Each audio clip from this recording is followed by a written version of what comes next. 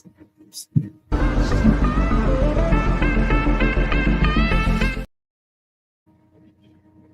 there, Drew Rebar, Auditing Reno 911. Do you ever go to the government needing help and always come away disappointed? You ever feel like the government helps you? That's the question. I don't. I think the government tries to harm me personally. I'm going to talk a little bit about that tonight. So, in the background, let me see if I can. There we go. That's Mr. David Gravel. He is now retired, but he was a supervising investigator for the Nevada Transportation Authority. And the gal right behind me here, that's Ms. Julie Butler. She is the ex-director of the Nevada DMV, and she is a candidate against me for Nevada Assembly, so she's running for the Assembly. And then let me move over here a little bit. That man right there, well, that's Nevada Chief of Police J.D. Decker. And I'm saying they're all committing crimes. And I'm going to show you tonight where. And I'm going to show you tonight how it cost a man named Steve Barnes. Good God, I'll have to ask Steve. I would guess in the hundreds of thousands of dollars is what they've cost this one man's business and cost him personally. And I've shared some of that here. But Steve sent over some information the other day that proves exactly why he's innocent of the charges that the Nevada Transportation Authority put against him when they gave him citations, impounded his car. Eventually, his cars was sold off at an auction, as I understand it. So he owes, say, roughly $10,000 in fines to the government, and he lost his cars for his business. That's a messed up thing. And so anyways, let me share the email here with you. And this is an email from a man named David Gravel. So again, just put a face to David. There's David right there. That's Mr. David Gravel. But what you're seeing in this email is a bunch of legal mumbo jumbo. But it basically defines when the state of Nevada has authority and when federal government has authority over transportation. And what this email does is it reverses a, pull this up here for you. If I can go find it. There it is. It reverses a federal court decision called Brown Crew Car Case. And basically what it's about was when something is called interstate transportation, meaning it happens within whatever state that you're operating in, only the state has authority. Or you've got interstate, where federal authority reigns supreme. And basically what they're doing with Mr. Barnes is they are taking away his constitutional rights of no due process. Federal judge said that what he is doing is legal. And then and that happened in 2009. And then all of a sudden, what happens? Well, David Gravel writes an email and says, you're screwed. We're going to start enforcing our laws against you. And if you don't follow our laws, we're going to take your stuff away from you and give you a lot of fines. So that's what that email shows right there. And if any of you watched before, Open that up, please. had a little video where I showed the process where Mr. Barnes got to go through his case with the Nevada Transportation Authority. And ultimately, there I am sitting there. Well, let's just listen for a second and see where we're at. I'm not going to lie. I'm having heartburn on it because, Mr. Barnes, please hold on. Okay. Please. I'm having heartburn on this because I still feel that, and perhaps it's, I mean, we're going to have to play this out at some time. We're going to have to, you know, let it go to court and let a judge decide as to whether those flight crews in procurement are considered part of, if they're just passengers on the aircraft, or they are indeed part of the flight crew. I happen to believe that they're part of the flight crew. Again, having personal experience with. So right here, we're talking about flight crews coming in for medical procedures. Basically, they're what these flight crews are doing that Mr. Barnes' limousine company was transporting, is they were going from the airport with this medical crew, and then they were going to the hospital to get the organs, do all the organ stuff, or deliver organs or whatever they're doing, and then they're heading back to the interstate air flight. So basically, the reason it's all one trip is this crew left their state wherever they were at, flew into Nevada, got off the airplane, went and did their job, came back to the airplane, got on the airplane, and left.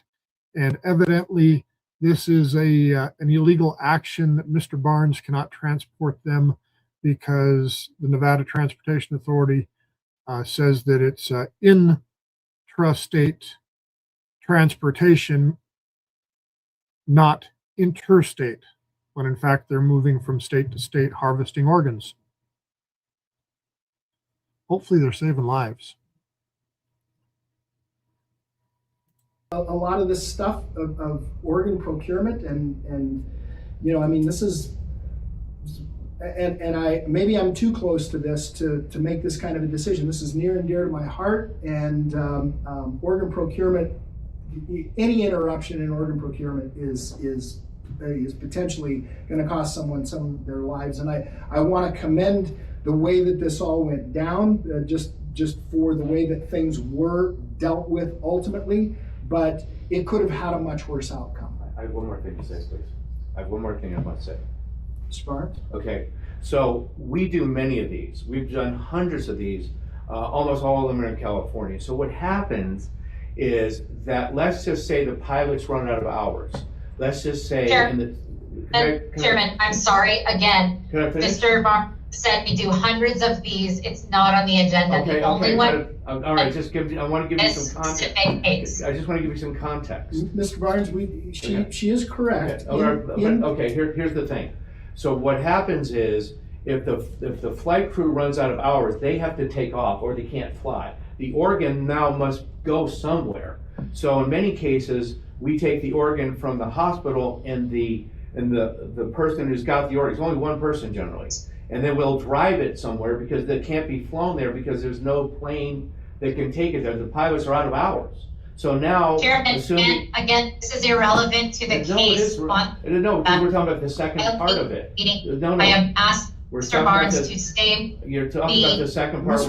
Miss Wilburn. I just want to finish. Miss Wilburn, just hold on for a second. I'm gonna let him just go ahead and complete his thought. I just want to. So when this organ comes out, there could be complications. These flight crew, they're limited by hours. Either they have to park the plane and not fly, or they have to fly out of there somewhere else to get somewhere else. And the surgeons are separate. The organ and the person that babysat that organ and that machine, on many occasions, we are then told, hey, you've got to drive this machine and this person somewhere because the plane's not able to take it, or it could be weather related. So the second part of the trip is never guaranteed that you even get the second part, okay. or where are you going to go from?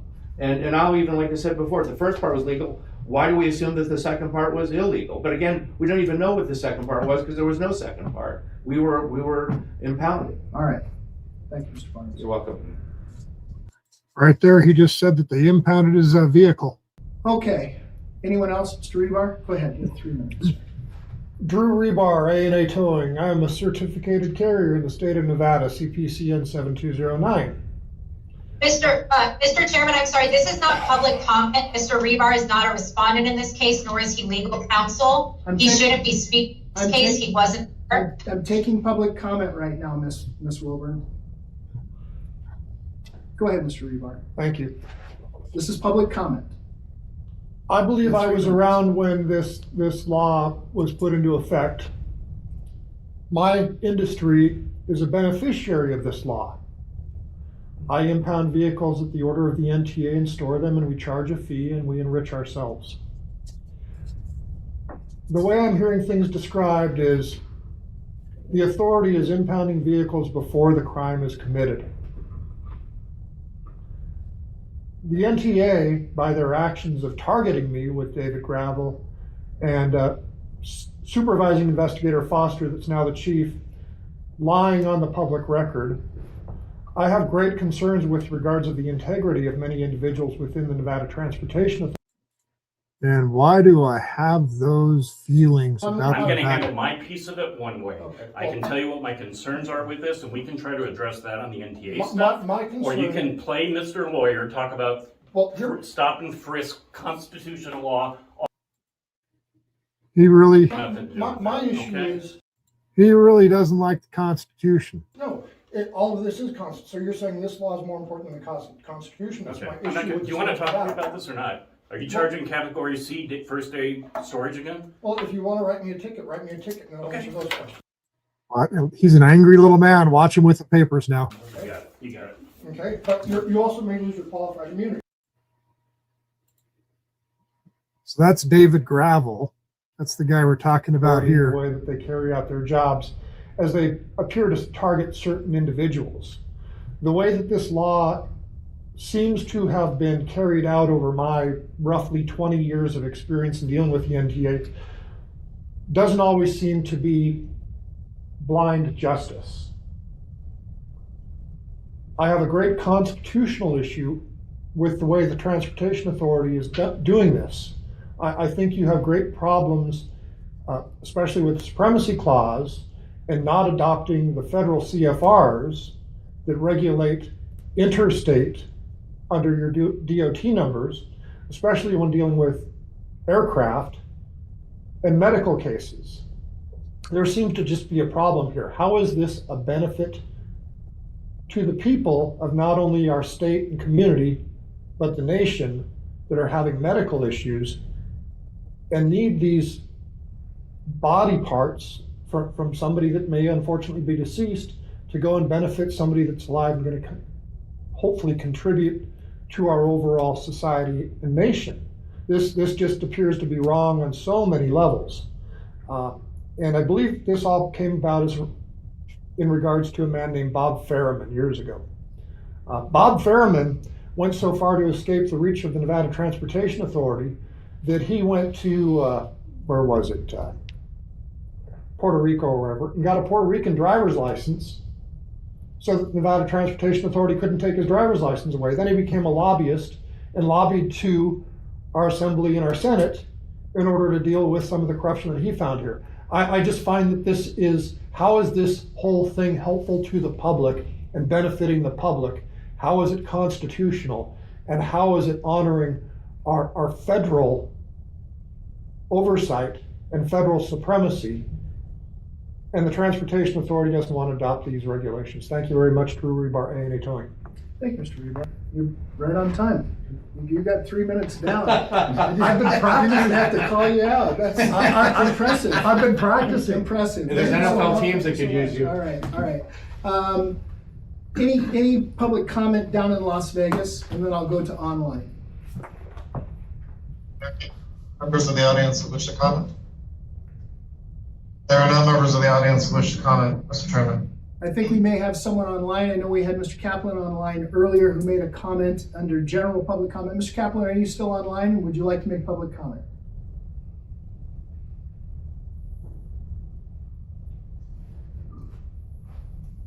Raised.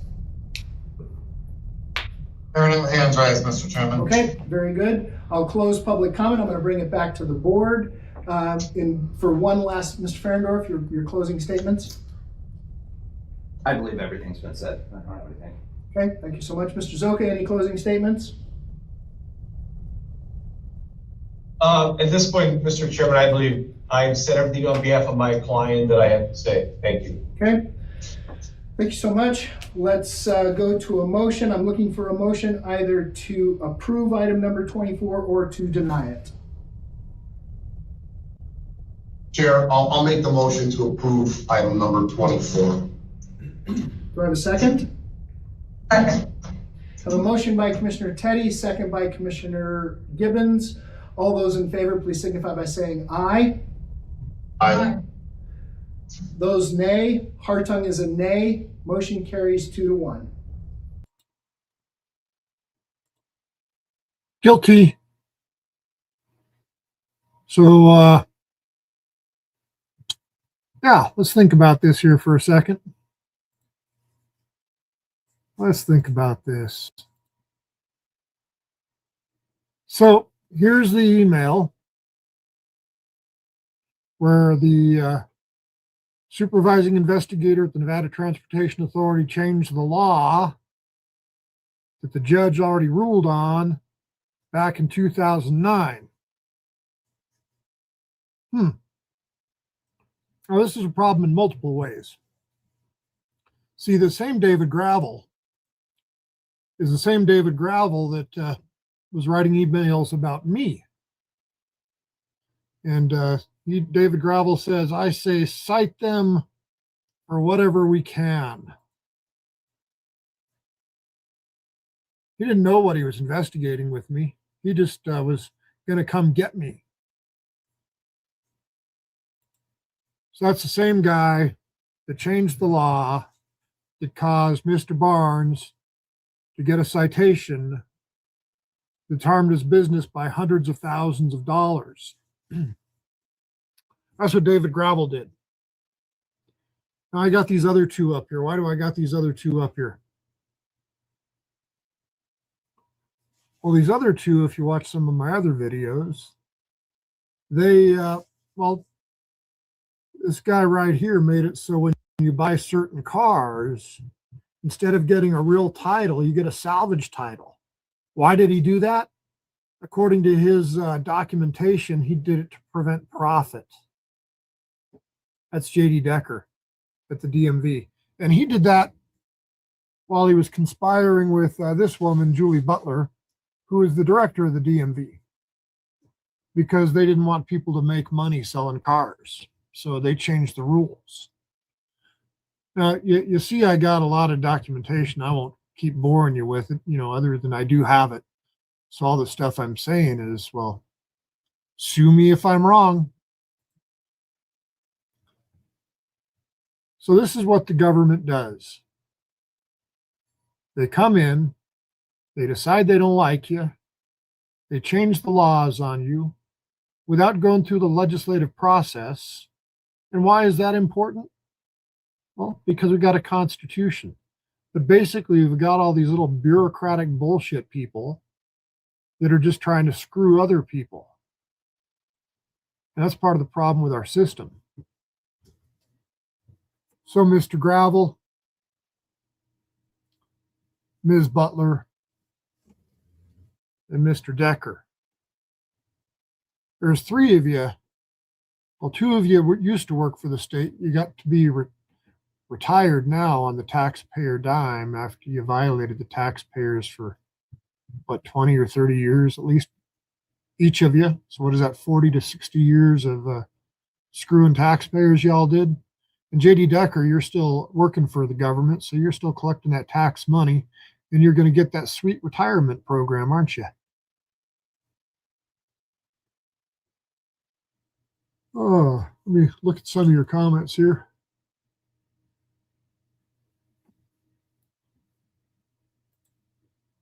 Hey, Matthew, how you doing? So Matthew says, elected and appointed lifetime criminals, the main problem is unless an American is affected directly, they allow representatives and bureaucrats to run their lives while lobbyists and corporations fill seats where citizens once Sat. Yep.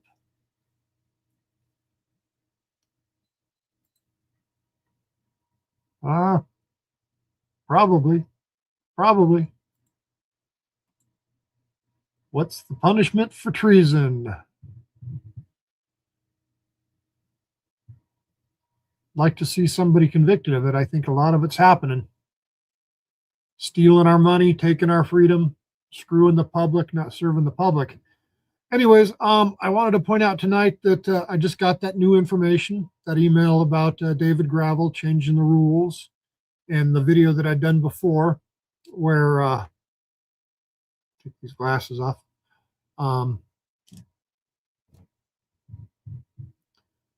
Where they're changing the laws just because they can. A supervising investigator of a state agency, you just saw, they changed the law themselves.